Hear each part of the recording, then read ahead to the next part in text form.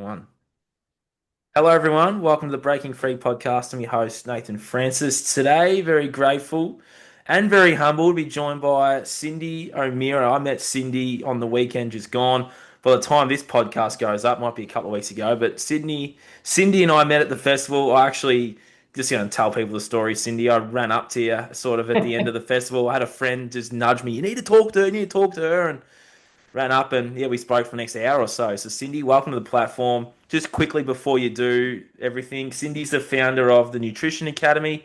She was the founder of Changing Habits Farm and the packing company. She does a whole heap of stuff. She's awesome. She's very outspoken as well. Cyndi, welcome to the platform. And yeah, super grateful to meet you at that festival. It was bloody awesome. Yeah, likewise. It was lovely to meet you and all the most amazing young people that are making a difference in what's happening in the world and getting people educated so that we can drive this change. Like I started this back in the 80s, and here you are, 2025, and driving that change. I'm ready to slow down, and you guys are picking up the rein, and that's what I love to see. Yeah, we're just chatting off air about like 30-year-olds and the younger people of today. They are out there and they are doing cool things, and it's really good to see, especially from someone that's a little bit older than me. It's like, well, us young people can take that mantle now and run with it.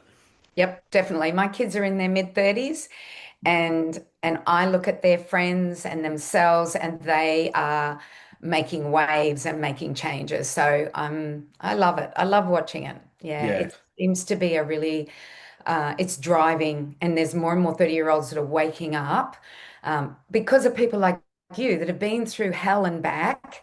And now you've gone, I'm not doing that anymore. Mm. That's not my life. I'm going to do something that's worthwhile. And you are. And Mm. congratulations to you too, No, Nathan. no, thank you very much. I really appreciate that. So, Cyndi, so it's about you today, obviously. This is the podcast for you. So, what got you started on your journey? What awoke you to some of the truths of the world as well? And how did you end up doing what you're doing now and impacting like thousands of lives all over the world? Like, how'd you get It's like started? because I'm 65, it's a long story, but I'm going to really make it brief. And it really started with my dad. My dad was a pharmacist in New Zealand in the 1950s, and he realized that pharmacy and medications were actually not helping people, harming people. He had this one client that came in for her first medication in her 70s. And by the end of the year, she was on 6 medications. And he realized that they were just symptoms of the first medication or side effects of the first medication. So he started to become really disillusioned in the 50s. And then one day he ran into one of his clients who used to come in and get Pepto-Bismol for his indigestion. And he just said, "Oh, I haven't seen you for a while. How come you're not coming in to get your Pepto-Bismol?" And he goes, "Oh, the quack up the road helped me." He goes, "Who's the quack up the road?" And he was the local chiropractor. So my dad went and saw the quack up the road and decided he wanted to become a chiropractor back in 1956, had to fly to Davenport, Iowa, went to the original chiropractic college, and my dad he came to Australia once he graduated and was the 45th chiropractor in Australia and the 13th in Victoria. But Wow. what he learnt was this, the difference between looking at the body mechanistically and looking at the body vitalistically. So when we look at the body mechanistically, you go to a doctor if you've like a cardiologist if you have a heart problem. He doesn't look at your gut, he doesn't look at your nervous system, he doesn't look at your brain, he looks at your gut. He's the plumber that will fix the gut. But there's a whole bunch of other things that are happening that are connected to the nervous system, the brain, to the blood vessels, and so much more. So, vitalism is somebody comes into you with a heart problem. You don't, like, and I'm not talking about emergency here. I'm just saying maybe someone's, there's a slight heart problem. What do we do? Well, let's look at your connections. Let's look at your time in nature, your sunlight. And I notice you're wearing glasses to, reflect the blue light that's probably coming from your computer. Let's look at, do you watch sunrise? What's your food like? What is, all of these things, connections with humans, connections with everything. So instead of going, we'll just, fix this part of it, or Mm. we'll just help you there. Or if you're a gastroenterologist, we'll just look at the gut. So we look at everything and we look at the fundamentals. Are you doing the fundamentals that your evolutionary body needs in order to be the healthiest can be? So what you do is you go to your doctor, you get a diagnosis, and you're given a drug, and it's called allopathic. That means all passive. You don't have to do anything. You just go and get your drug. And then when something goes wrong, you go back to your doctor, you get a diagnosis, you get a drug. So that's all Mm. passive. If you go to somebody who's alternative, you still get a diagnosis, but you get an alternative treatment. And that could be a herb, a supplement, who knows, something like that. But if you're thinking vitalistically, then you go to somebody to take responsibility for your health. Mm. And I guess that's my dad learnt the difference. And so he brought all his children up, there were three of us, in a vitalistic manner. So he disagreed with vaccines, he disagreed with antibiotics, he disagreed with Panadols, anti-inflammatories, unless it was a life-threatening situation. So I'm 65 and I have never had a painkiller. I had an emergency situation at Christmas and I needed to take an antibiotic. That's when you take it. The doctor said to me, "You'll need it for 5 days." It was an intravenous one, 1 day, and my body healed the rest. Huh. It was incredible. And he was blown away by it. He just went, "I don't know anyone who's done that." So I've never taken any drugs except for that antibiotic that I had to take due to a very serious condition that happened to me due to a stupid thing I did. Um, yeah, anyway. So that's how we were brought up. My brother's in his 60s. We brought our kids up the same way. We brought the grandchildren are being brought up the same way. And like I might be n equals one, and with my children, I'm n equals four, and with my grandchildren, I'm n equals eight. And I might only be that, but then I have all these other people that are doing it around me that are in the chiropractic profession, and we're n equals a lot. So Mm. it's not just, oh, you're just lucky, Cyndi, which is what I've been told. You're just Mm. lucky that you've never taken a medication. It's not that. It's good management, and it's management by doing the fundamentals to health. So I guess, to take you back, it was my dad. So at the age of 19, I moved to America and I went to the University of Colorado and I did pre-med because I didn't know what I wanted to do, but I knew I wanted to be in health. So I did a pre-med, started a pre-med degree. And for my electives, I did three subjects that changed my life forever. One was the study of words, allopathic, all Mm. passive. So I really got to understand where these words came from.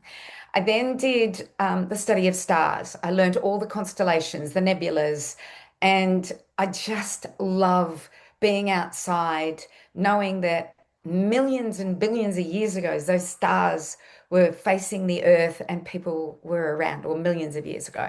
So that really gave me a point of time and space. And the last thing I did was cultural anthropology and anthropology. And I learned what the human body needed in order to survive. And that's when I thought, well, I'm going to become a nutritionist. I don't Mm. need to do anything else. So I came back to Australia, went to Deakin University, did my dietetics. And at the end of it all, I went, oh, this is BS. Yeah. My low fat, Yeah. breakfast cereals, ultra processed foods, fried in vegetable oils. This is the 80s. This Yeah, was the beginning right. of dietary guidelines. 1982 in Australia was the beginning of the dietary guidelines. And I went, BS, thought, I can't be a dietitian. I'll go be a chiropractor. So I went back to university, did 2 years of human anatomy, histology, pathology, embryology, cut up cadavers, did the lot, and went, you know what? The human body hasn't changed. It has the ingredients that it needs. It is an innate intelligence. And in order to be the best it can be, it has to have the right ingredients. And so I called myself a nutritionist with my degree, and I went out there and changed people from breakfast cereals, plastic cheese, white bread, ultra processed foods, modified milks to real food. Love And it. there were miracles happening, Mm. absolute miracles happening. But then I've come 45 years on, and I can't do that anymore because the kids are so sick, the adults are so sick that it's not just about real foods anymore. I have to put them on almost a medical diet, a diet that is so extreme until they get well to move them back onto a real food diet. So Interesting. yeah, so it was that philosophy of vitalism and my love of cultural anthropology.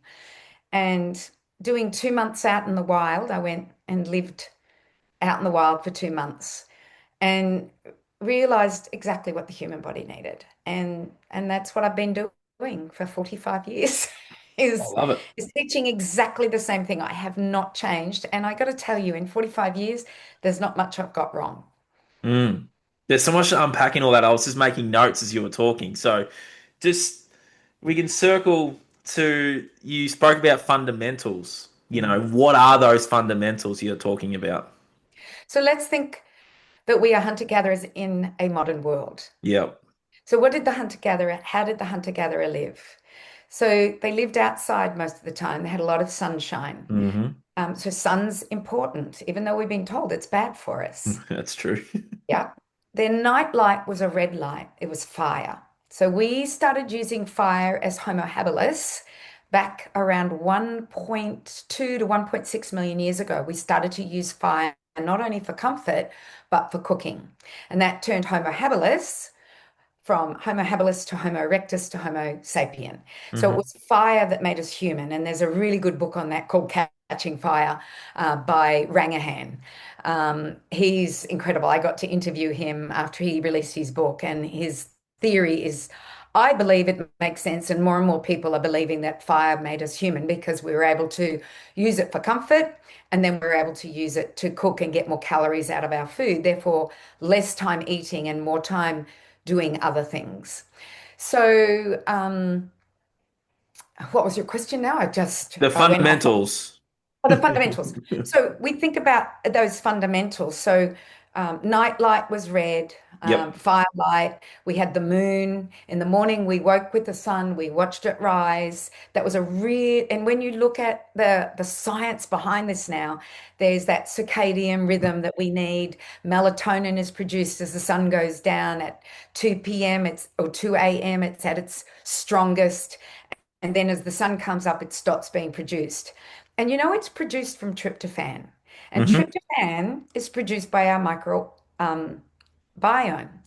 About 90% is produced by the microbiome, and you can consume it as well, but a lot is produced by the microbiome. So if your microbiome is not doing well and you're not consuming amino acids in a good form, like proteins in a good form, then you're not going to be able to make melatonin. You're not going to be able to create serotonin because what happens is it goes from tryptophan to serotonin to melatonin. So then serotonin doesn't calm you down. You're anxious and you're hypervigilant and you got too much dopamine in you. And it's just mind blowing when you see this incredible innate intelligence of the body. So sun, Yep. an important factor. And I've just given you a minor bit of it, a minor bit of it. Good clean water was a part of our life. But do you know that your body, when you eat good foods and ground, so put your feet on the sand or the grass or the dirt or a rock or even concrete will allow this to happen. You have this iron transfer from planet Earth to you, which feeds your mitochondria, which then gives you energy, ATP, we call it. But the byproduct, as you know, man calls it, is low deuterium water.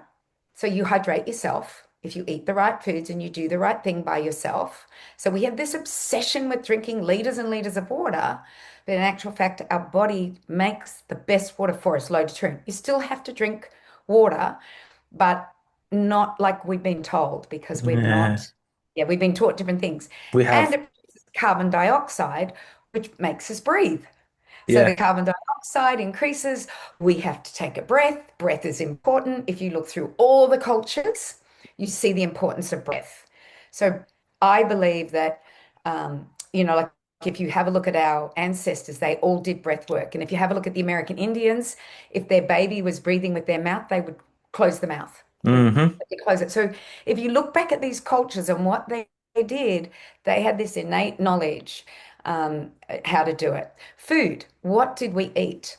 So let's say we're living in Ushuaia in South America, where the Yamanans were the tribe. They wore no clothes. It was between 5 and 10 degrees Celsius. They ate only bird life, fish, seals, blubber, They lived in boats. There weren't many plants. In the summer, the berries came out, a beautiful berry came out. But apart from that, they ate a lot of meat. But if I take you to the Catawbas of Papua New Guinea, who live on the equator in the tropics, they eat fish, coconut, yams, um, bananas, mangoes, sweet, like anything that is a carbohydrate, they eat because that's what's available to them. So you call these people locavores. They eat what's available to them. If the Catawbas migrate, then they have to migrate and eat the foods that are available to them because they didn't have fridges and planes and preservation the way we have it. They had fermentation, definitely, for preservation, and they had drying methods that they use. But think about it. We try and be a vegan or a carnivore or a keto or a this or a that. Remember, Yeah, sometimes these are medical diets, but we try to do this we try to be a vegan in Melbourne. Like, why would you do that? that's It's true. cold. It's cold. Yeah. You can't be a vegan in Melbourne. You have to have concentrated nutrition to survive a winter with no sun. Hmm. So that's why, like, it just, to me, it all made sense, this cultural anthropology and anthropology. And so I'm a locavore. I have a farm. I grow my own food. I eat what's in season at the time of what I'm eating. I only eat cattle. That's a terrible thing to say, but I do. I eat cattle. I eat lamb in my local area. I only eat eggs from my farm. Hmm. So I only eat from my local area. And you don't have to have a farm to do that. You go to your farmer's market and you support the local farmers. Exactly. That's it. And they know like the eggs will be different in the winter than they are in the summer That is true. because your body is innately knows where you are in latitude, longitude, and altitude. And if you try and trick it and eat a mango in the winter in Melbourne, then you're a nutcase. That's all I can Hey, say. I was eating mangoes in winter when I lived in Melbourne, but So I very much go by the ingredients. So that's another one. Other things that we lived in tribes. We were connected, Mm, family groups, as well as other relationship groups. We were not isolated on a screen. We lived in tribes. So there was this connection with that. The sleeping. We probably went to bed soon after the firelight went. But you know what's really interesting, and I love this, is that tribes were protected throughout the night. So the teenagers stayed up late and the old people got up early. And the babies would wake during the middle of the night, so there was this way that through our age groups, we change. We hmm. change our circadian, we change our lifestyle, we change everything. And that was the way it was, that was a protection of the tribe. So when a teenager's staying up late, that's what they were, that was what they did in order to protect the tribe. But these days they're on, devices and not Hmm. really protecting the tribe. But No. I just show you how there are night people and there are morning people. Just there are those people. They just exist on this planet, and then they will change. What else have I done? I've done grounding, breath, sunshine, food, water, connection with loved ones, connection with spirit. So if you look Yeah. at the Australian Aboriginal people, I don't know if you've ever read the book Mutant Messages Down Under. It's one of the most incredible books I ever read about the incredible, like I can't stop saying it. To me, the Australian Aboriginal culture is mind-blowing. They are masters of illusion. They knew how to manifest. They knew what spirit was. They were healers like you would not believe, and so on and so on. But one of the things they did do is a ritual to the sun as it rose in the east every morning of their life. And it was a gratitude and a manifest because they didn't carry food. They waited for the animals and plants to get in and water to get in their way, and they thanked them for getting in their way and losing their life so they could live another day. So cultures always honored the sun. And if you have a look at the great monuments and standing stones that are on energy grids around the world, they have all got to do with the stars and the moon and the Yep. sun. So we worshipped these things as, as a spiritual thing. And remember, the constellations were very much a part of their spiritual life and a part of everything that they did. So I think connection with spirit is also really important, and a belief that there's something out there that's beyond this life. So, Yeah, like what Cindy Roberts was talking about at the oh God, I festival. How loved good was that? Because what you spoke about was pretty much what she spoke about for like her. half an hour, an hour on stage with Dale. It was unbelievable. I was mesmerized by that woman. So was I. I could not take my eyes off her. It's almost like I fell in love with her. I don't know how I can explain it. I had an encounter with an incredible young man called Nathane, and I'm going to say his name, Nathane Graham. And it was on a plane, and I felt like he transported me. It was a 5 hour plane flight, and we were sitting next to each other, and we started to talk, and I felt like he transported me somewhere. I don't know where. hmm But we had landed, people were getting off the plane, and I was still there with him. That's wild. It was wild. And I that's know. what I felt like with her. Um, Same. Because when she was yeah. speaking, I just had the goosebumps and like I was talking with obviously the people around me, but then like we all just like stopped and like there was moments, no offense, but there was moments when you were on the stage, we sort of like were talking a bit. But then when she got on there, it was like stone cold silence for like an hour. Yeah. She was unreal. She spoke to, oh, she was channeling something special on that land because she just went walkabout. I got there early with my buddy Dale, and she got there and she just went walkabout on the land, up the mountain and stuff. We didn't see her until she got on stage. Like Dale went looking for her an hour before they were ready to go on. Yeah. I went looking for her after and I Did you couldn't find her? find her. And No. I've asked if I can make contact with her and she's given me her number. So I'm pretty happy. I would really love her to come on and do like some sort of speaking at my on my farm. And Yeah. just all I want to do is just create an event for her. And I'm sure the whole of Mullaney would come. They would I'd be there absolutely, too. yeah. Yeah, okay. We'll do that. I just thought she was amazing. And my Mm. farm, I've got an energy place on my farm that energy Oh, workers have said it's around 9-10%. And it's really? 100-plus-year-old fig tree. Oh, It's like the wow. divining rods, just the guy that came just took the divining rods and he said, that's your energy center for your That farm. is I think putting incredible. her there, it's gubby gubby, it's gubby gubby that Mm. and she would say that, but I just putting her there would be, I think, Mm. mesmerizing. So I might be doing that. That might be something I'll be doing, Just and make sure you let me know when that's happening, and I'll I be there will. too. I reckon, yeah. I will. Anyway, back on to Back like on we've gone on a track. massive tangent. Like Cindy Roberts, if anyone just wants to Google her, or I don't know, we'll find her somewhere. Cindy Roberts is awesome, and yeah, I want her on this show too. So hopefully, through the connection with you now, I can make that happen. I will give you. I will give Uh, you. just some things you said a little bit ago. I made some notes. So we spoke about the fundamentals. Then you said I felt like this like for a while now about the water and how they're telling us you must have 2 to 4 liters a day. Warmer climate, maybe 3 to 6. It's like, yeah, let's delve into that lie because there's so many lies, and I've always had that feeling that the water is one as well.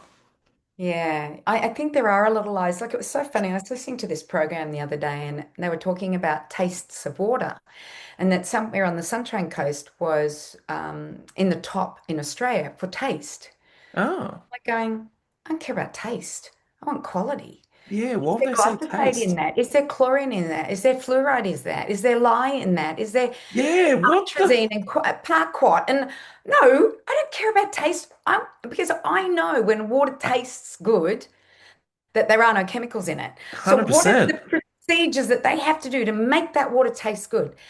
Like Huh. we, the biggest mother of a filter on our home, like we've got a townhouse, a house in town, and then Yep. we have our farm place and we have our well. The Oh, cool. water is incredible. I We bet. have springs, we have creeks that run from springs, and then we also catch water on our roofs and put it into tanks as Yep. well. Yep. So, okay, so let's go to water. So, yes, the Yeah. body needs low deuterium water, and low deuterium water is a better way of hydrating yourself. And low deuterium water is usually found in mountain streams, high up, more so than by the ocean. And while your body makes it. And then if you go hiking and you find an ocean, like a mountain stream, then you're getting more of that low deuterium water. So we are able to hydrate our body. The thing is that water is also important. And I always used to say, well, there's nothing wrong with the water that comes out of foods that are high in water, such as That's fruits true. and vegetables. They're high in water as well. Can we add that to our water that we're drinking, not only the water that we're making? Now, remember, you will only make low deuterium water when you're in a state of ketosis, more so Ah, than when you've got glucose.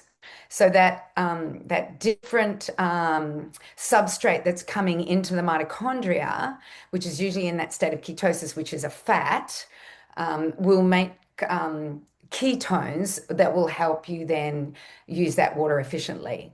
So let's look at why is ketosis becoming, or being in ketosis becoming such a big thing at the moment, because that will help you with the whole water thing as well.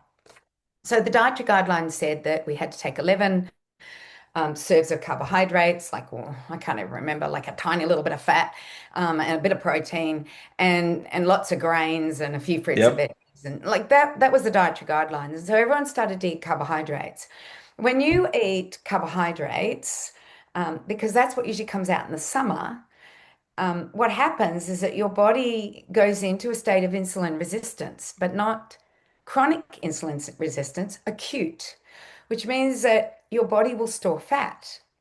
And it stores fat because it sees this as a time of plenty.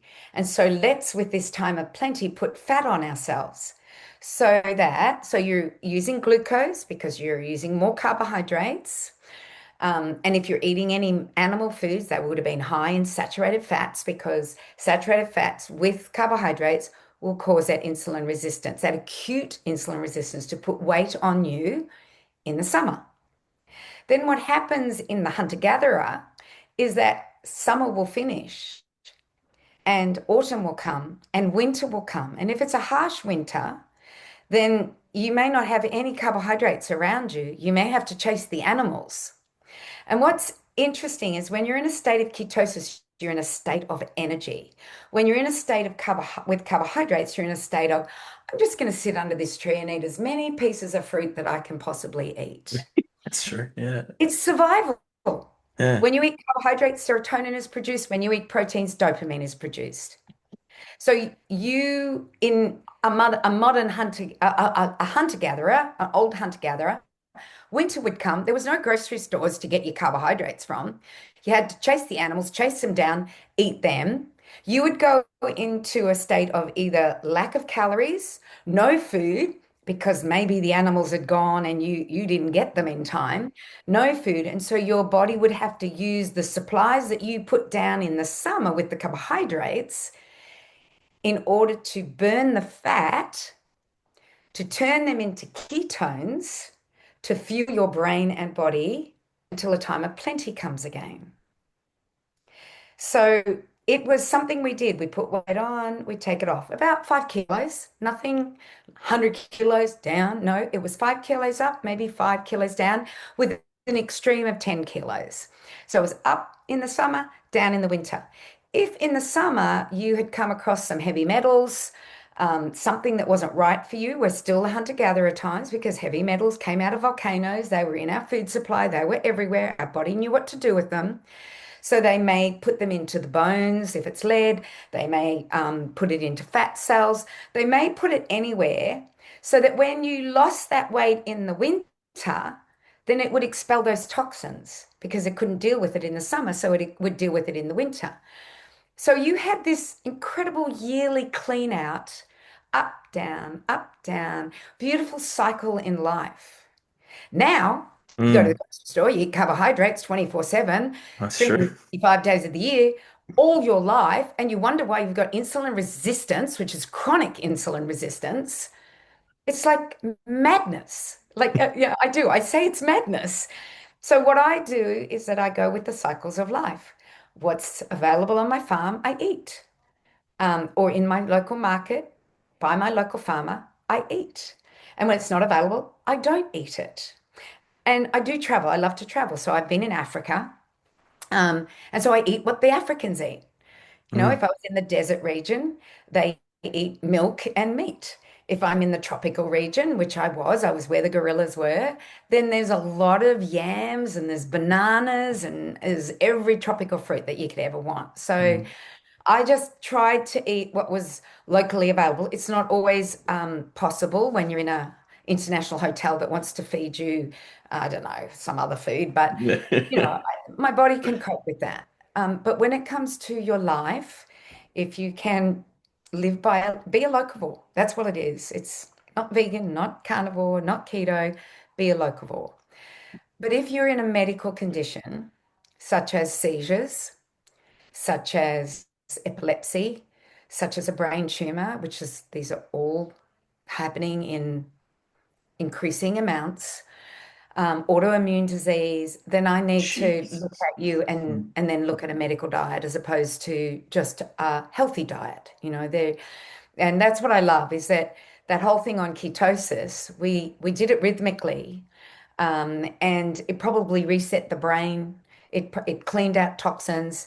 Um, Natasha Campbell McBride, beautiful Dr. Natasha Campbell McBride, who wrote the book GAPS, Gut and Psychology Syndrome, believes that the seizure was the way the brain was trying to clean out toxins. So we would have done that anyway in the winter through when we were in ketosis, and she believes the only time you can clean those toxins out is through ketosis, because you're using up the fat cells and you're cleaning out everything. Like I said, the body is an innate intelligence. Give it the right ingredients, understand the right ingredients, and that's why I educate with my Nutrition Academy. And the first two modules are on anthropology, cultural anthropology, and vitalism. So when you have these two philosophies, you can't be fooled by someone coming in and saying, this is what you should be doing. And you live in Ushuaia in South America. You should be a vegan in Ushuaia. So you can't be fooled by this. You will have a beautiful basis of understanding science. So when I had this philosophy, and I've had it for 45 years, of my vitalism I've had for, 65 years. My dad brought us up like that. When I look at a heading and it says margarine prevents heart disease, butter will kill you, I just Yeah. go, oh, I don't even need to read that study. That's just stupid. And I do. That's what I would do. That is just pathetic. Mm. Mm. Because margarine is a mechanistic food made in like a chemical laboratory. It's an industrial food. It doesn't taste like butter. It's got to have a flavor. That's a whole new topic. I could spend an hour on flavors. Anything with flavor added to it, even if it says natural, you're being fooled by the food industry. 100% you are. Anyway, so it's a totally mechanistic food. What's butter? Well, it's cream from the cow if we were herders, and if you look at the Kugirs of Premier, who live at 14,000 feet above sea level, the yak is their animal. They do not want to kill that yak because they've got dairy that they require in order to survive. And then in the summer, they get rhubarb and spring onions. So like I love looking at cultures. I love looking at what they eat and what's growing and how they prepare it and it makes sense to me. It just makes sense. Mm. So yeah, so it's about when you see that margarine versus butter thing and just put those two philosophies in, you just go, well, I don't even have to read that study. That's just BS. And the whole low fat thing. Yep. When you see, oh, eating percentage of ultra processed foods will make you healthier, I go, no, not. Yep. There's so many like bullshit bogus stuff. Like you can talk about this. This could be a podcast in itself, but we're just touching on a lot of things. We'll have to circle back and touch on like a couple of things. I'll make you a regular guest, considering you only live like 20 minutes away. We're in the same time zone. That's a We good, are. That's a great yeah, thing, and you're only just yeah, 20 minutes up the road, in Mullaney. So there you go. yeah. Uh, oh, it's just a few things you've touched on here. So a lot of people out there, the influencers out there, will say, plain water doesn't hydrate you, which is true. What I've been adding salt to my water. Is that a good thing, bad thing? Celtic Okay. salt? Yeah. Or what's the So go? you Because a think lot of people about add salt. Yeah. you're a hunter-gatherer. Okay. Where do you get your water from? Get my water from a filter. So as a hunter-gatherer, There's no taps, there's no nothing. Where would you get your water from? I would go to the spring. Spring Yeah. or a creek where the Oh, water is yeah. running over rocks that have got Yeah. minerals in them, energizing it, changing its structure. This is nature changes the structure of water, changes everything. That's where you would get your water from. Mm. It would have had minerals in it. And salt was a commodity for thousands of years. Salt has been a commodity and traded. So I'm very much, I salt my water every morning. So every Ah, morning when I get up in the morning, the first thing I do is I do drink water with salt in it. yeah, I good. also swim every morning. And if it hasn't been raining, I will drink the salt water Yeah. in the ocean. I will drink that. I drink Um, that too. yeah. But I only do it if it's not been raining because Same. we have too many people that don't know how to look after their land, use That is chemicals, true. and it goes into our waterways. Yeah. So when I know when I can drink it, and lately I haven't been able to drink it very much because we've had so much rain. Same, yeah. I Yeah, drink it then a I'll lot in go to my winter. spring. I'll I'll go drink to it in winter when it's clear. yes, it's perfect. Oh, and then yeah. Oh, people look at me and they're like, "What are you doing?" I'm like, "Mate, this water is like we were drinking this Best. like 400 years ago, so I'm fucking drinking it." Yep, exactly. When I was in the Antarctic, I had a container and we would go out in small boats. I'd fill the container and that's what I would drink for my mineralization in the That's morning. unreal. Like that was the way I just added that to my water and I would drink that because we need salt. That We is a do. definite. So here's another fallacy. Yes, the Salt. table salt. Yeah. Like, like yes, white salt that's refined. They take all the minerals out, put it in a mineral tablet, give you white salt, and then sell the mineral Of tablet to course it's you. bad for you. And that's why they Yeah, demonize salts. And then people will say, oh, salt's bad for you. It's no, it's the salt they sell you at your local supermarket that's bad for you. You go and get real salt. The real salt's what's good for us. It's just a, yeah. yeah. Cook your potatoes. If you live near the ocean, go and get your pot of water, put your potatoes in there, cook your potatoes in the seawater. It's beautiful. It's the perfect Oh, salt. thanks for the tip. There's so many things like, and then I'm just going to rapid fire questions at you, I think, because I've got a lot here that I've written down of things you've spoken about. So the young people today, yeah, it's an interesting sort of field here, but a lot of them track their calories and they track this and they track that. What do you make of that? I'm sure you've come across it. Like they'll go, "Oh, I'm carb loading today," or "I'm tracking this and I can't have this because then it's got too much calories in it." Like, what do you make of that too in your 45 years? Because that seems to be a thing now. So when I went to university, I learnt about a calorie. And a calorie is done by a metal disc, and they put the food in it, they burn it, and they see how much energy it releases. And then what they do is they put these things called Atwater factors on it, which is human. Yeah. They were invented in 1890 something. Hasn't changed. Hasn't changed. Yeah. A calorie is not a calorie. So let's say you have to eat 2,000 calories a day, and I have to eat 2,000 calories a day, and I feed you Mars bars, lollies, candy, and I This feed is it. myself meat and veggies. 2,000 calories. Both of us are eating 2,000 calories. If you're just calorie counting and that's all you're doing, I'm eating meat and veg, you're eating candies, Mars bars, and whatever. What are we going to be like in a year? You're going to be as fat and sick and nearly dead as possible. I'm going to be trim, slim, energetic, muscular, the whole lot. So So true. a calorie is not a calorie. Energy to me is I like, yeah, don't get me started on calories. I write about that in my book, and I wrote about that in 1990. Yeah. I was a columnist for the Sunshine Coast Daily, and I wrote Ah, an article on calories and told people exactly that. So calories is mechanism in nutrition. So I teach vitalistic nutrition. I don't teach you to count your carbs, your proteins, your fats, your calories, your vitamins, your minerals. I tell you to go out and find the best quality food that you can buy, eat it to your heart's content. mm, So if I sit down to a steak with vegetables, let's just say, or an omelette, there's going to be a point where I've gone, I've had enough. that's But trure. because I have fulfilled my nutritional needs. Yeah. I haven't got a disease that cattle get, which is called pica. So pica is when the cattle start eating the fence posts.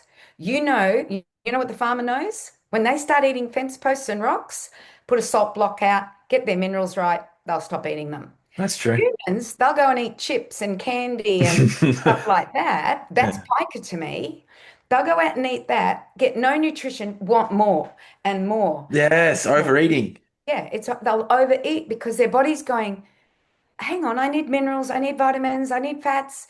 You're not giving me the right ones, so I'm going to Ah, ask you to keep eating. And so you have this you don't have a stopgap.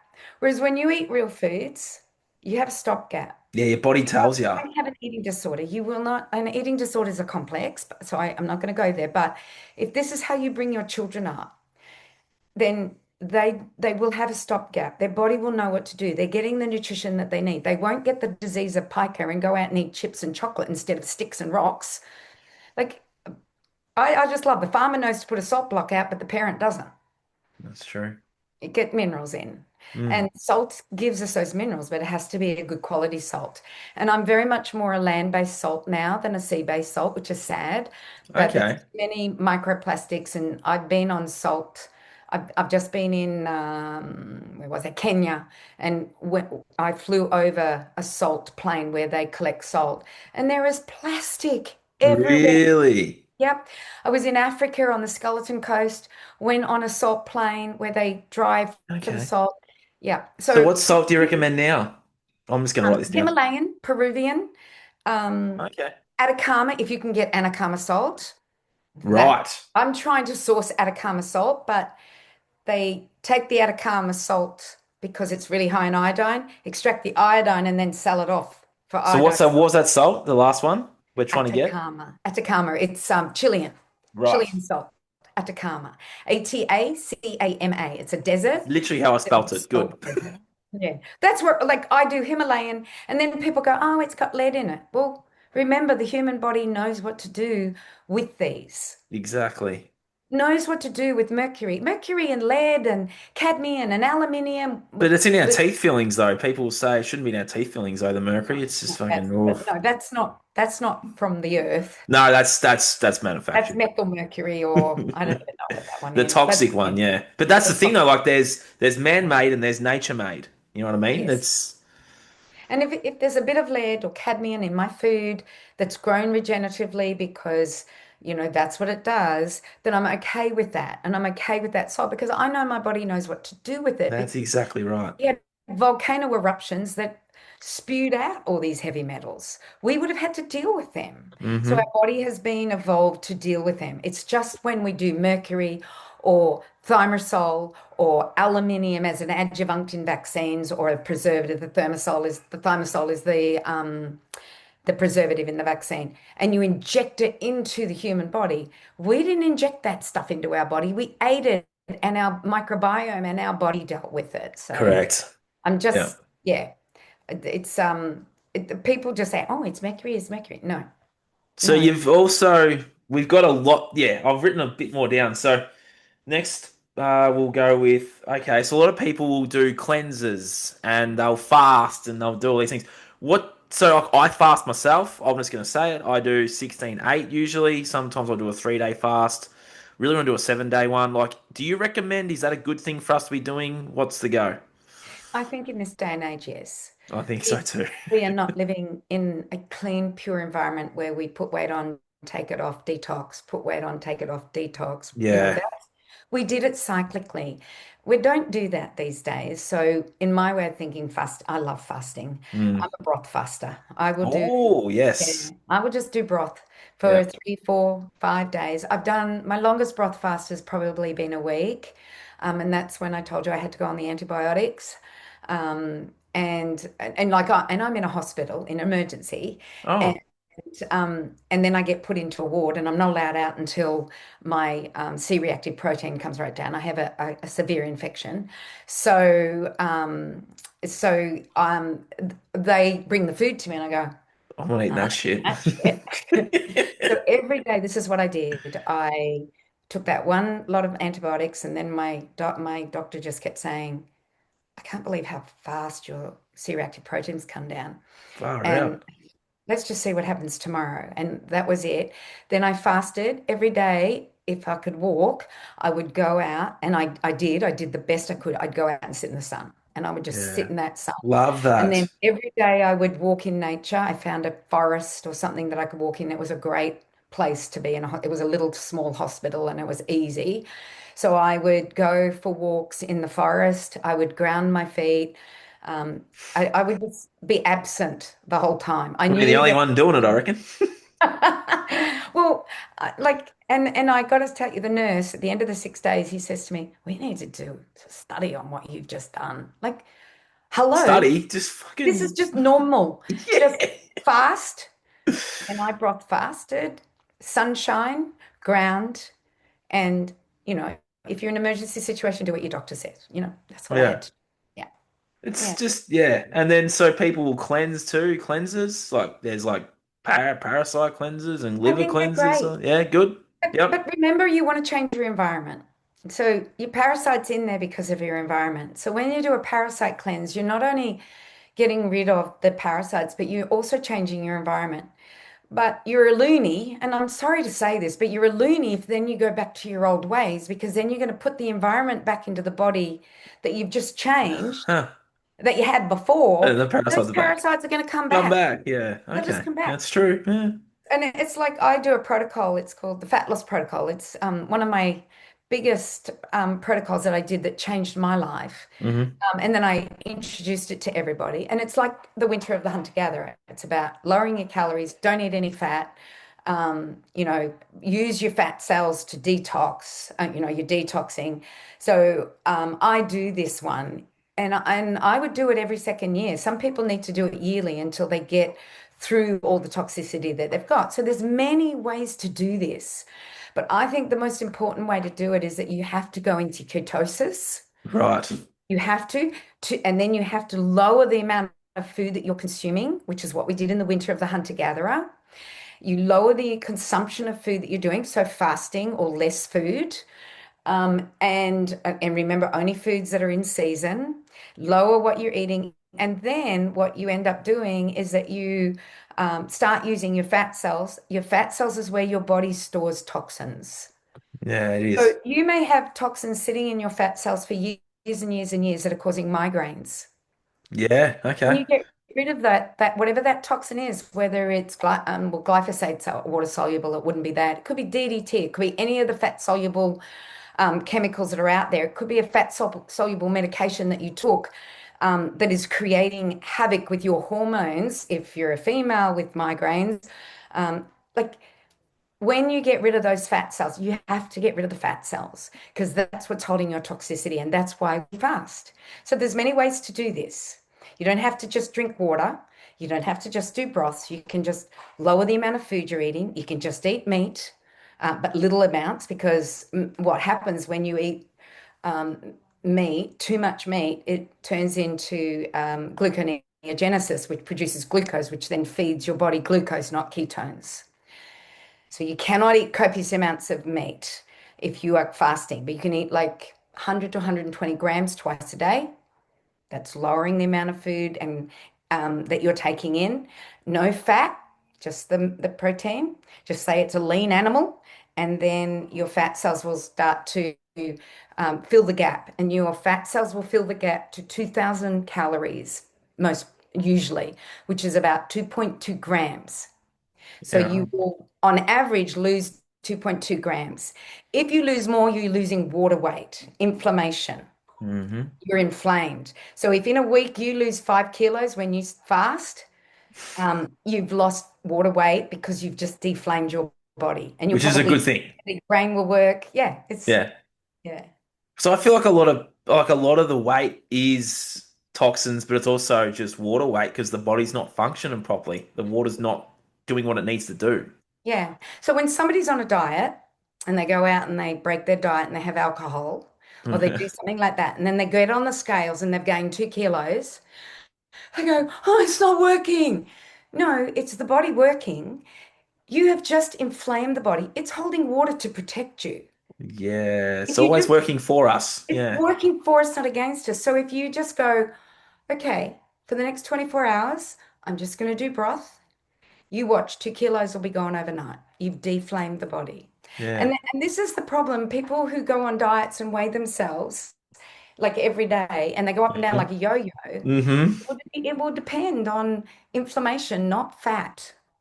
The fat will go at approximately 2.2 grams a day.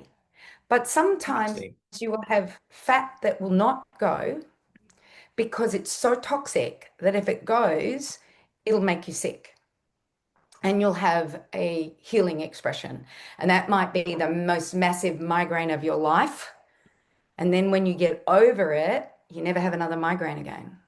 It's mind blowing how it works. Mm. But most people get that migraine and go, oh, I'll take Panadol, I'll do Yeah. whatever it takes to stop it. You don't stop it. But you have to, like, in my way of thinking, you got to do this in bits and pieces like the hunter-gatherer did it. They did it over the winter. They didn't do it, like I'm very much in tune with what's happening with my body and how it works with nature. And so if I do go on a bit of a cleanse, it will be for a period of time. And I won't like veganism is a cleanse. It's not a lifetime thing. There is no culture in the world that is vegan. I Not agree. and after like some people can survive as vegetarians if they live in the tropics up that way, they do really, really well. But I don't know of many vegans and vegetarians that do well in Ushuaia or Tasmania. Mm. They do it, they will persist and do it. Daniel Vitalis is a beautiful example. He went vegan in Massachusetts, and 6 years he kept thinking, oh, I must have to take something more out. I'll just keep taking food out. And then one day he went, oh, maybe it's about putting food back in. And so he started to eat meat. Now he's what he's called a wilder. He will not eat anything unless he has caught it, water included. Interesting. He's amazing. If you can get him on an interview. I have to search him up. What's his name? Daniel Vitalis, I interviewed him. He had just broken his vegan lifestyle and we talked about it. And that was, oh my gosh, 15 years ago. Oh, wow. He's now very famous on television in the US. He's got this incredible show, How to Be a Wilder, like How he's to be a amazing. wilder. Yeah, look, I've probably got the wrong sh name of the show, but that's what it's about. Yeah. Okay, but if you look him up, you'll find his show. Yeah. Yeah, Interesting. yeah. Yeah. It's just like there's so much like because people say, oh no, we're all vegan back in the day and stuff. Well, no, well hunters and gatherers were eating boar and bloody Yeah. We yeah. were vegan 3.5 million years ago as why can't I think of it? It's not coming. Anyway, before we became Homo, when we split, we were definitely vegan, but that was 3.5 million years ago. Okay. We were plant eaters. Yeah. That's what they say. They say. Yeah, yeah, Yeah. that's what they say. And then we That's their argument. evolved as Homo and that was when we used tools and we were scavengers, they say, Mm. at first, and then we became hunters. Yeah. Yeah, I've just been to Olduvai Gorge, which is called the cradle of humanity. It's where they saw the change from Homo habilis to Homo erectus. But Homo habilis disappeared for 400,000 years because the Earth's, yeah, don't you find this amazing? This long ago, 1.2 million years ago, the climate changed naturally. Naturally, not man-made Naturally, not climate change. man-made. Yeah. So Homo habilis moved from 0 degrees, which is the equator, up through Africa, in what now is the Suez Canal, into Asia and Europe Mm. to 30 degrees. And it was there that their diet changed, fire, and all that beautiful stuff started to happen. And then, do you know, 800,000 years, at 800,000 years ago, from 1.2 to 800,000 years ago, they moved back because the environment changed back into the equator, back to the equator, to the Olduvai Gorge. And the Olduvai Gorge is where they've got footprints from 3.5 million. Like it gives me goosebumps just to be near those footprints. That's Three and a cool. half million year old footprints. Mm. Yeah, and they've got 16,000-year-old footprints that I was at a lake and I kind of put my foot in it. Um, and then I looked at the guy, and because it's not covered or anything, it's you just go there. And then I looked at the guy and I said, I shouldn't have done that, should I? He said, barefoot's fine, not shoes. I went, okay, good. So, and it was a female, probably same foot size as me. That's And cool. but I put my foot in the 16,000, like the volcano's right there. It just was just one of those moments in time. Being in Olduvai Gorge is one of those moments in time for me with, like um, just the memories of anthropology and what I learned at the University of Colorado. It was just incredible. And and I think it really brings me home to that I've done the right thing, looking at our cultures and our anthropology and how we migrated and what foods changed for us and how our microbiome changed. And we see glimpses of these in populations around the world, such as the Hadsas, the Himbas, the Catawbas, the Latdani, the Lani, the Yamanans, which really Mm. don't exist anymore. Like these people are still around to give us a glimpse as to what life was like. Yeah, And we are evolutionary bodies, not modern bodies, that and is we have true. to live in a modern world, but as knowing what our evolutionary body needs. And if you live your life inside and you eat ultra processed foods, It's um, the majority of people. sunscreens on, Yeah. you watch television or electronics all the time, you have no connection with humans except the way we're doing it right now. I have a heap of humans out there at the moment, but you know, you know, so this is what will make you sick. That I is will true. guarantee sickness if you continue to live like that. Mm. Guarantee it. Mm. Because And yeah. not meant to be, and mentally as well as physically. Mm. And I think I'd really like to touch on mental health here. Yes, I was just about to say, is there anything else you want to share? I Yeah. do have one more question before we touch Yes. on mental health, though. It just came to me then. In your 45 years of doing this stuff, what's been the most transformative, like, success story, or like, has there been something where someone's come to you and they're like ultra whatever, and you've just like they've transformed themselves, I guess, as the body can heal itself. So, what would be like the most transformative thing that you've seen with someone? And then we'll go to mental health. I got lots, I bet. but remember, this is all about me. So I'm going to give you mine. Oh, I love it. Go Okay. for it. I think because this is what then changed my thoughts on many things is by doing what I did. Yep. So 52 years of age, I've eaten beautifully. I've had the best figure. I have the best skin. I'm energetic. I am healthy. I never get sick. At 52, I start, probably about 50 it starts. I start getting a sore back. I have a chiropractor as a husband. It's an ache. It's just this ache that I can't walk for too long before I have to stretch. I can't stand for too long before I have to stretch. I get a sore right hip, tightness in my throat. I can't grow my hair. My skin is drying out. Um, I'm getting migraines.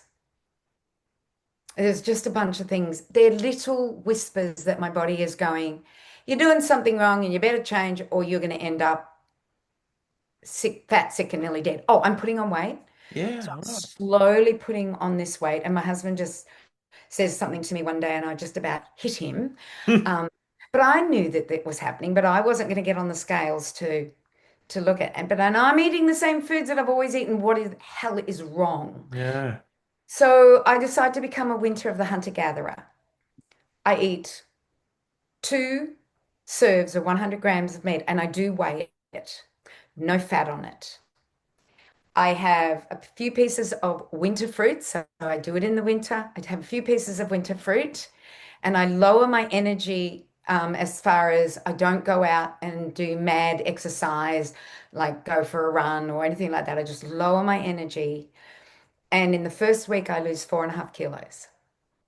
Huh? I lose my back pain, my hip pain, my throat tightness. By day 10, my brain clicks in. I'm in ketosis. But back then, this is like 15, no one's talking about ketosis back then. I don't know that that's what's happened to me. I just know for the first time in ages, I'm one with the universe. It's like a spiritual awakening. That's what it was for me. Because I'd obviously been dulled down for so long. I'm now in this That's true. spiritual awakeness. So day 10, that happens. By the end of 3 weeks, I've lost 9 kilos. I feel incredible. And I go, what the hell just happened? Why? I knew what was happening kind of as far as I had reduced my food consumption, but I wanted to know what was causing it in the first place. So I started to introduce the foods back into the diet. When I introduced bread, everything came back. I gained a kilo overnight. I knew that it wasn't fat because I knew I couldn't put on a kilo of weight and fat. My sore back came back, my sore hip came back, my brain fogged out, and I just went, what's wrong with bread? So this is like we're looking at just 2000 and what are we looking at? 2010 maybe. Mm. So I kind of go, I better do some research. So for 2 years, I research what it is about gluten and wheat and why can't I eat it. Like the minute I realized wheat was my problem, I stopped eating it. I didn't eat it anymore. I was making my own breads, my own muffins, my own cakes, my I own was about to everything. say you would have been making your own, so that's I made interesting. everything Yeah, with you would have. organic flour. Yeah, yeah, yeah, yeah. I made Wow. everything. So then I did research on it. And at the end of 2 years, I said to my husband, this is mind blowing what they've done to our wheat. And after listening to all these people, this just blows my mind. I now know why I was getting sick. And he says, you're going to write another book on it. And I went, No, or write a absolutely. book. And I said, no, I don't really want to. He says, why don't you do a documentary? I went, that would be fun. So he gave me a budget. And that next year, I remember the Christmas. I sent an email out to everybody, Christmas Eve. And I wanted people like Vandina Shiva, Stephanie Seneff, Pearl Mutter. Like I wanted people that were overseas and that were famous and I had learnt from. So on Christmas Eve, I sent it out. 4 women. Dr. Terry Walls, Vandina Shiva, Dr. Natasha Campbell McBride, and Dr. Stephanie Seneff all said yes. So then to the men, I said, oh, by the way, these 4 people have said yes, they're going to be in my documentary. And they all went, yes, yes, yes, yes, yes. So I interviewed them that year of 2015 and then put the documentary out in 2016. No. And have tried to educate people about why we're ending up. I would have ended up a very sick person if I didn't realize what was causing these health issues. Hmm. Once I realized it, you just stop eating the food. I do that protocol every second year because to me, it's do it in the winter. It's the winter of the hunter-gatherer. Gain weight, lose a bit of weight, put that weight back on again because I'm happy at the weight I'm at right now. But I get rid of that toxic fat. Um, I look, that was the biggest turnaround. Like we're now 13, 14 years on. I haven't had another migraine since the day. And when I said to you, you get the worst migraine of your life, that was me. 5 days. Mm. I haven't had a headache or a migraine since that day. And I was getting Wow. monthly for quite a few years. Yeah, right. Yeah. So everyone said, oh, it's menopause, Cyndi. And I went, Oh, no, yeah. no, no, it's not menopause. I'm not putting up with that. So yeah, I would say, and then when I told the story to my database and then gave them the protocol, then the stories started to come in. I had one lady lose 80 kilos, changed her life. Another lost 60, became a coach in my program.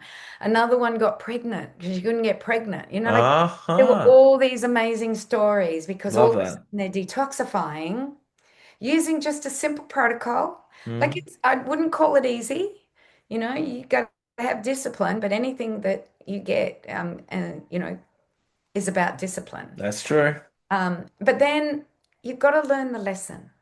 That is You also true. do- If you do not learn that lesson and you go back if you go back to the what you were doing before you did the protocol and learnt the lesson, then basically you're going to end up back there. Same for life too. Nothing's going to change. For things to change, you must change. And It's, insanity is doing the same thing and expecting a different result. it's the So same for in me, life. do it. Yep, exactly. You just got to do it. So from that incredible time for me, and like I'm going out hiking for 5 days, full backpack, 16 kilos with 4 kilos of water, for out into the snowy mountains at 65. And there's not many people that That's are right. doing that these days. That's all right. You Because text me and said you were doing that.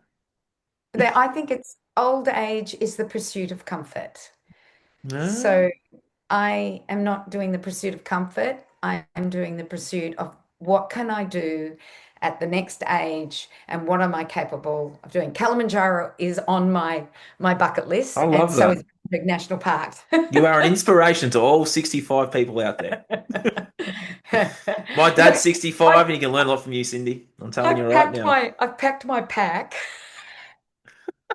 and I put it on and I went, oh my God, that's the heaviest pack I've ever had because it's winter.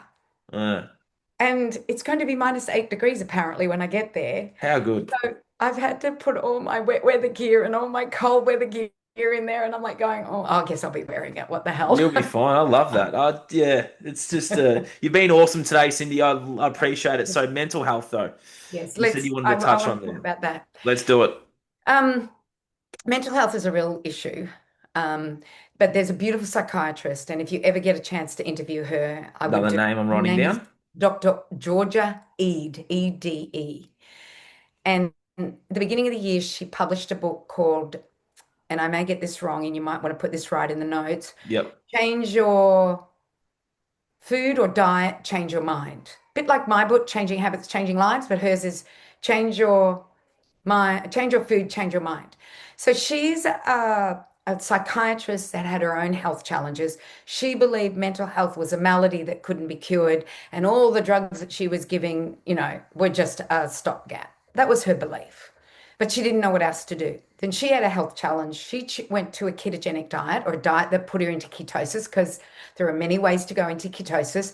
So she put herself into ketosis and her health improved. And she thought, I wonder if my mental health patients will improve, because we know Oh, that it helps seizures and epilepsy. Could it help bipolar and schizophrenia and depression and anxiety? So she got a bunch of her patients and she said, do you want to give this a go? And they all said yes. And the results were dramatic. no Now, way. remember, mental health is all based on not blood tests, even though they give you a serotonin reuptake inhibitor, SSRI, but it's really not taken on blood tests. It's just taken on, well, this is what we think it is, and you're showing these mental things or these Mm-hmm. symptoms, so we'll assume you've got this. Yes. Anyway, so there's no blood test. So she put them on this ketogenic diet, and she said there was like there was almost 100% conversion rate to no more mental health problems off medications and doing fantastic for some of the patients, 75% improvement for others. There was if they didn't stick to the diet, the improvement wasn't there. But if they stuck to staying in a ketogenic state, they did. Now she's doing incredible research. That was the beginning of her research. And I would go look her up, listen to her podcasts. Diary of a CEO. That was the first place I heard about her and listened to her. It's a 2.5 hour interview. Then, of course, I got her book, and then I watched all her YouTube, and I would put her as one of the people that are out there in the psychiatry world making a difference. There's an Okay. Australian girl that's doing the same. She's a psychologist, blonde. I'll give you her name. I can't. I saw her. So Yeah, I'll give you her name when I find it. you'll be hiking the mountain and you'll just be like, I found the Yeah, name. yeah.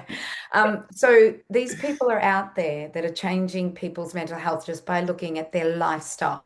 So Yes. circadian health is also there. There's an Edinburgh researcher, Ian Campbell, Ian Campbell. He's doing research. He had bipolar himself. He did the ketogenic diet. It fixed him. So he now does research. And there's another doctor that I've been following, but the name escapes me as well. There's That's so all right. many of these guys out here that are doing amazing things and, really, really changing what's happening. And I think Georgia Eads' book's good because I Yeah. love when she says, I thought mental health was a malady that couldn't be cured, and so did all of my peers. Mm, That's sad. That that is is. sad. Uh, And the drugs are just, they well, we may know or may not well, work. we know what they're doing, don't we? Yeah. Yeah, well, they're not. SSRI has the serotonin hypothesis has been disproved. Yep. So why anybody's taking SSRI when we know that that has been. I know there's emergency situations, but I have a friend who's an emergency doctor, and he says if somebody brings in, a family brings in one of their family members who's severely depressed, he knows if he gives them an antidepressant, it only gives them the energy to end their life. That's what he Yes. said. Yes. That's what he said to me. And I went, Fuck. yeah, exactly. I swear on you I all just, the time, so it's fine, but oh no, fuck. I'm happy for you to swear because I said the same thing. Yeah. So we need to approach mental health very differently. And there Holistic are some, approach? pardon? Holistic approach. Yeah. Lifestyle approach. Let's get the Literally. fundamentals right. And then if it's still not right, let's look at other things. Yeah. But let's do the fundamentals first. Dr. Natasha Campbell McBride says 3 months. Do what you're meant to do to get the fundamentals right. If you have not gotten better, let's do testing. Let's find out what else we need to do. If you're improving and the symptoms are going away and everything is looking better and brighter and happier, then you're on the right track. Keep it up. Do you find it's emotional too? Like we got to like there's fundamentals for I talk about the five pillars of strength, which I might have mentioned to you the other day. Physical, mental, emotional, spiritual, financial. If Mhm, one of those pillars is out of whack, which is usually mental, emotional, there's mhm, fundamental and physical too. Actually, they're all out of whack. If mhm, you, I find that if we take care of the physical, we get to the gym, we do routines, we change stuff, then you can do mental. It's like an engine in a car. And now what I've found with some of the teams that I work with through my coaching is if we get those five pillars of strength all working in unison, they're back online again, and their intuition and all the things that are magical about us start to function better. mhm. So the Well, physical, water, think food, all about the it this things. way. Think about it Yeah, this way. go. When you're not feeling well and you're just as sick as a dog, and Mm. all you can do is drag yourself into your bed or you're vomiting, what's your emotional and mental health like? It's Yep. not good, is it? You No, just want to die. You don't want to be here. those dark thoughts. Yeah. You got dark thoughts. It's horrible. Yep. So your physical affects your mental. Yes. All right, I'm going to give you now how the mental affects the physical. Go for it. You've just been told that you're speaking to 1,000 people on stage live in 1 hour. You have to give a 1 hour presentation on, I don't know, any subject you want to like throw on. What happens to your stomach? You get that knot in the stomach, but for me, I embrace those uncomfortable Well, you situations. So if would, you're but talking to me, I'm like, I'm gonna do it now. But it's like Eddie Joe Blow will be like, they'll get that knot in the stomach though. Yeah. and the heart rate will go up. Yep. Their Sweat. Sweat. eyes will dilate. They will sweat. Their Mm. stomach will get sick. They'll want to go to the toilet. Fear. Fear.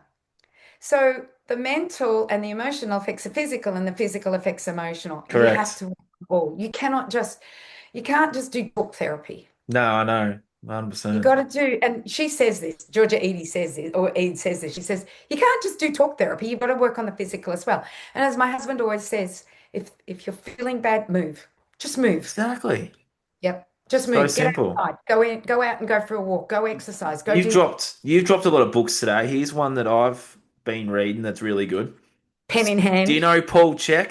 Yeah. CHEK? Yeah. How Yeah. to Eat, Move, Be Healthy. Awesome place to start for the physical pillar strength. Yep. Muscle Agree. testing, all the things are in there. Exercises, stretches, physical health pillar. Tick. Read that book. Agreed. Mental, Paul Check's an mental. amazing He is. person for young He's men. someone that I'm getting on hopefully very soon because I know Oh, a lot of people that have worked under him and with him. So connections, hey? have you got the Corrective Culture Boys on yet? Not yet. You're the second person to mention them to get them on. I got their number. No way. Because Yeah, I got it. a mate of mine at the gym does knows them too, and yeah, I think that might be. Yeah, I do want to get them on. So if you can make that happen, I'd be I'll make forever that happen for grateful. you. You're a I'll legend. help.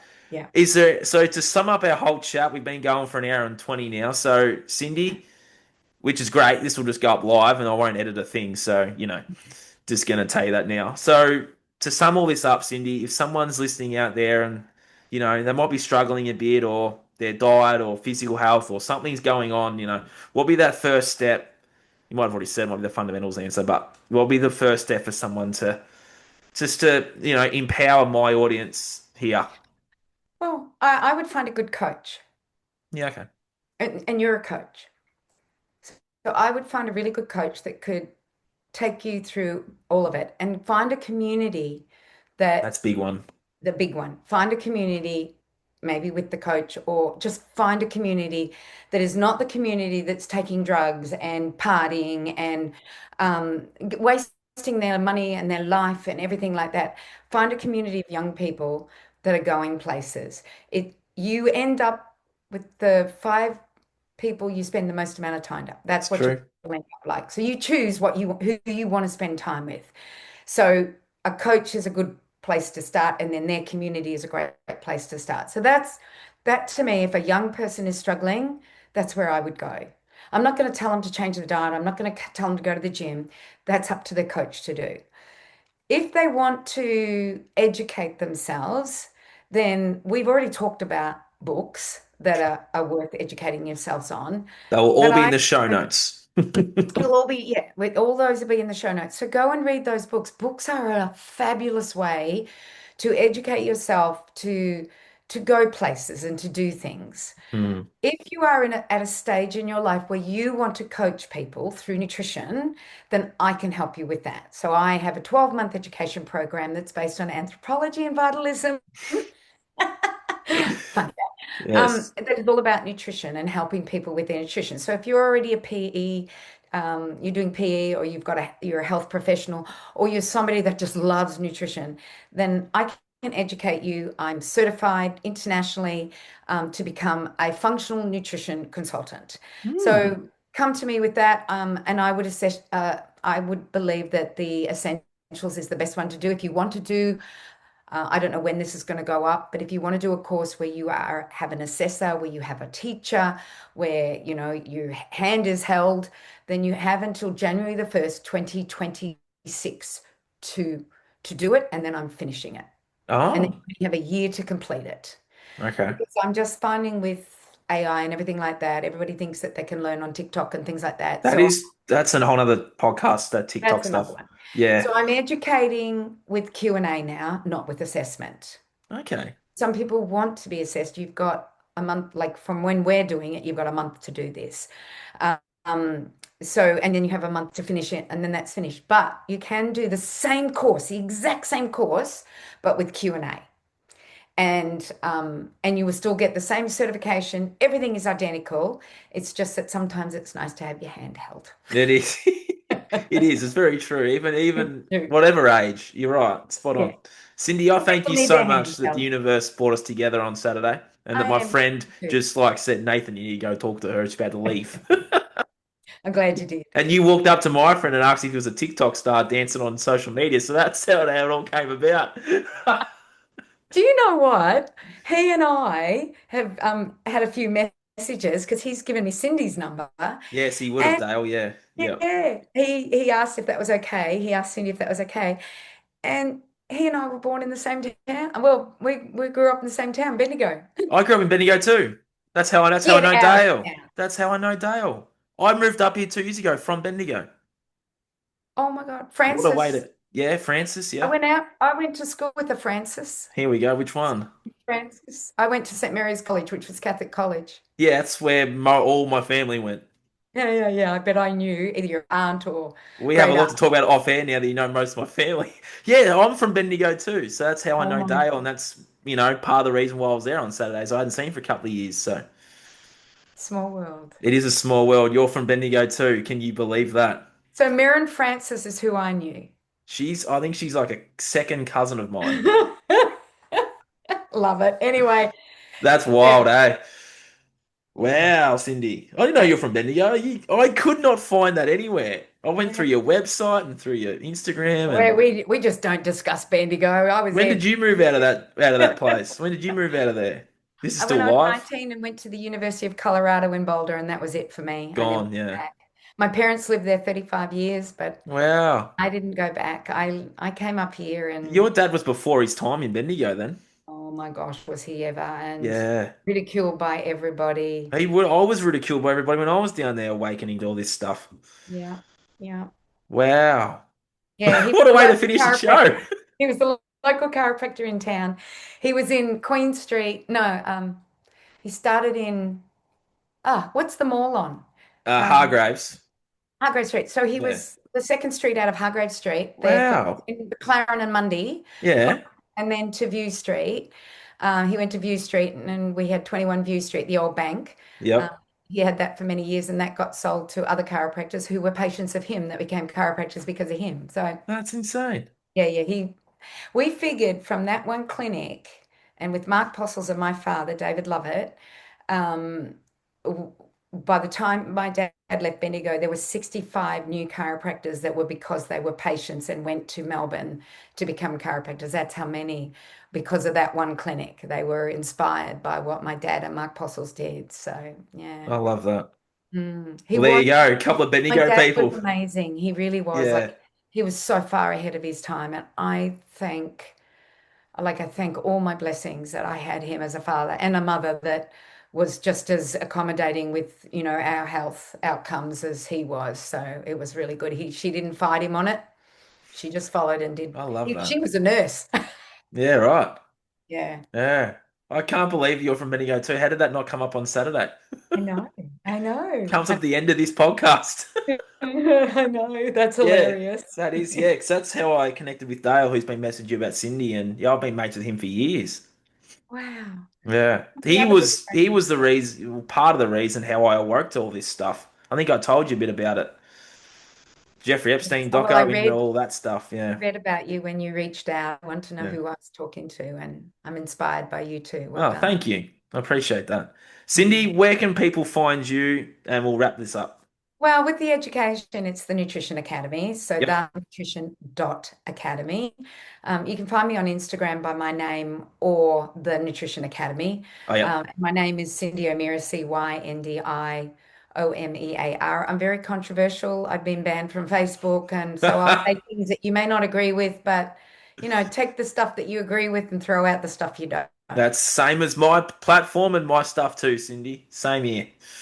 So yeah, everything will be in the show notes. All the books she recommended, even the one I recommended, everything that she's recommended, I'll go back and it'll all be in the show notes. So there's plenty of resources out there. You just gotta pick the right one or pick the best one for you. Cyndi, thank you so much for your time and so glad the universe brought us together on Saturday and we've made this happen. And I'm keen to come up your way down to Mullaney there and we'll do an in-person one. I reckon might be really good. Oh, I've got the most beautiful place to do it under You've the already told me about it. under the fig tree. We'll do it. Well, how about we do it in the new year? I'll come up there and over there actually, 20 minutes that way, and we'll make it happen. Sounds good. All right, thank you so much, Cyndi, and everyone. I'll talk to you all soon. Plenty more guests in the can. Pete Evans is in there as well, so we'll just drop that one as well. So talk soon. Cheers.